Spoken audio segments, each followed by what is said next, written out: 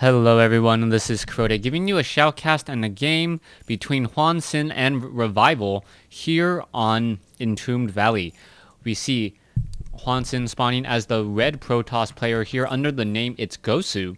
Meanwhile, on the top left-hand side of the map, we do have Revival, TSL's Revival, spawning as the blue Zerg. Now, first thing I want to say, I am losing a bit of my voice.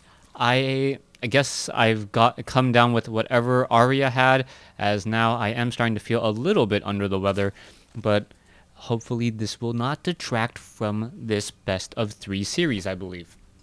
Now, Revival and HwangSin, really interested to see their particular play styles here, as we are going to be seeing a low ground pylon coming in from HwangSin. It looks like he should be getting up a Nexus, perhaps a Nexus first here on Entombed Valley.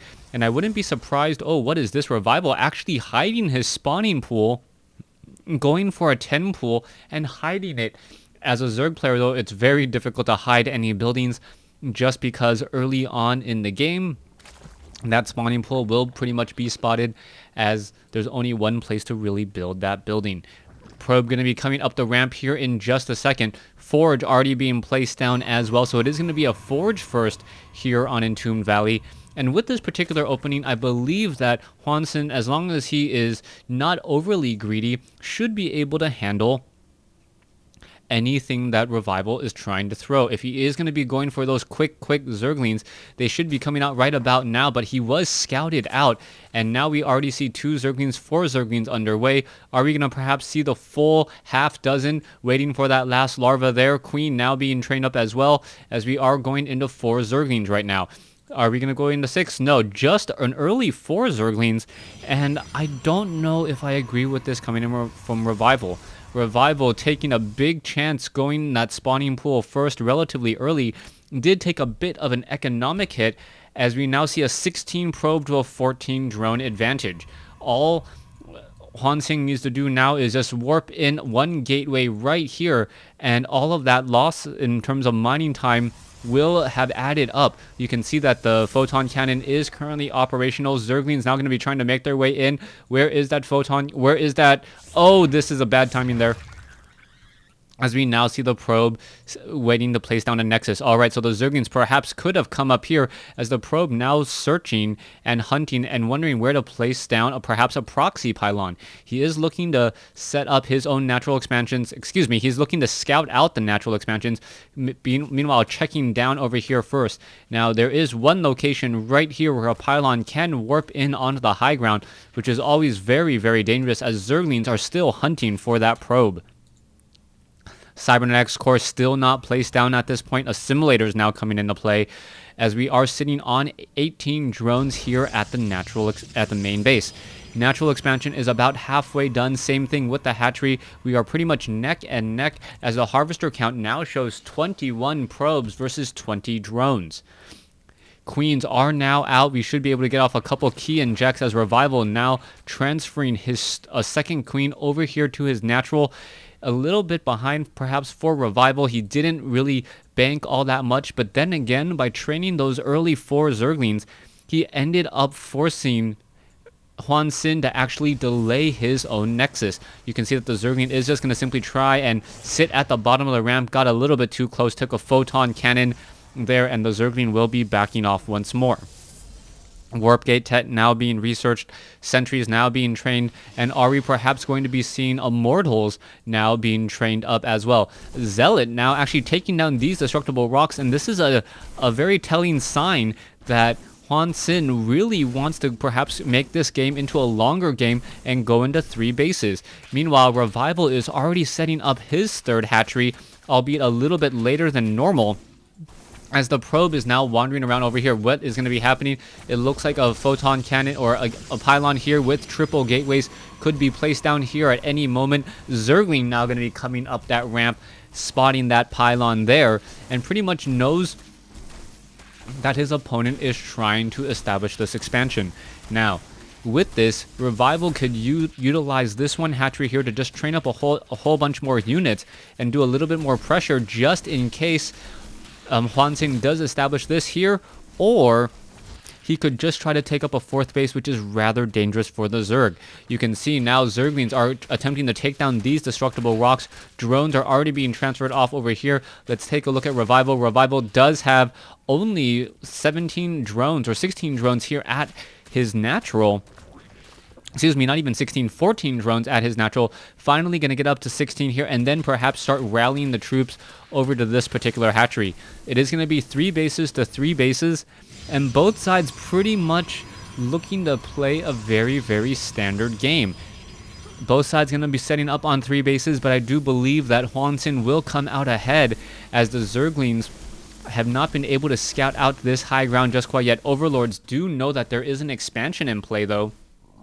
And with those Overlords in position, we'll see what the timing will be coming in from Revival. Now, HwangSin needs to get up some necessary tech, perhaps go into a robotics facility and a robotics bay for Colossi.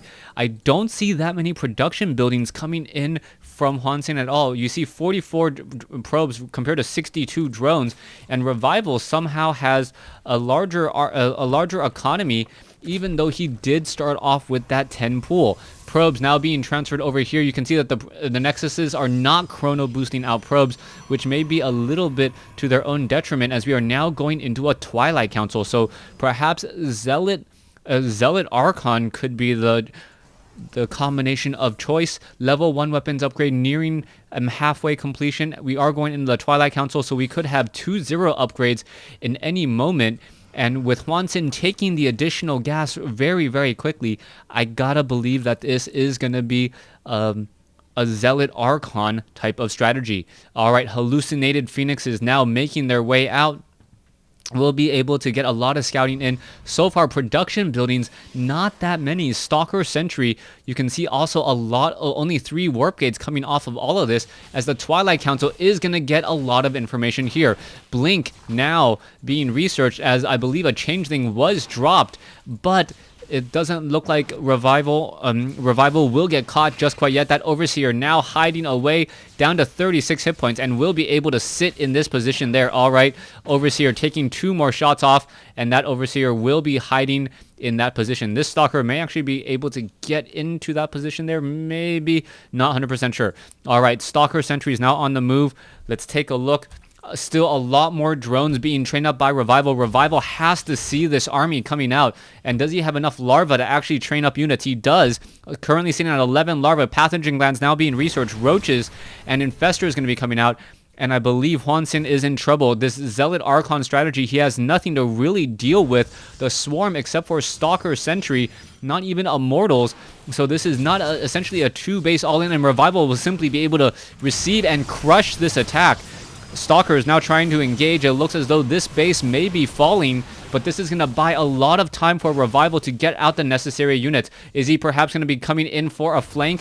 No, I do not believe so. The Sentries and the Stalkers are all simply retreating. There is that flank, and this is going to be a meat grinder on both sides. Stalkers, Sentries, Infestors, Fungal Growth. Roach is able to attack past those force fields, and this is going to be a devastating blow. 167 to 77. Now HwangSin essentially losing everything in this engagement. Going to be losing some Zealots. Going to be losing the starting probe. Pylon now going to get taken down, as Revival was able to even hold on to that 4th base. Harvester count 77 compared to 57. Proxy Pylon will get taken down here. Roaches will be able to clean this up in just a moment. Warp gates. And all warp gates, well, there goes a motorcycle. Warp gates in position here, and I think really the problem was that HwangSin didn't have that many production buildings. Also, his tech is severely lacking. With only 1 photon cannon here, this wall-off is not going to be doing very much, especially as the Infestors will be able to lob over Infested Terran. Infested Terran Roach is now just charging through that front door. There is the attack. Force fields do come into play. Infested Terrans now just being launched up there. You can see how many Infested Terrans are going to be hatching. And with so many Infested Terrans just making their way through, Roaches are trying to push their way through this force field wall. It looks like Revival is just going to keep on beating down this front door, as he is also teching into Hive Tech.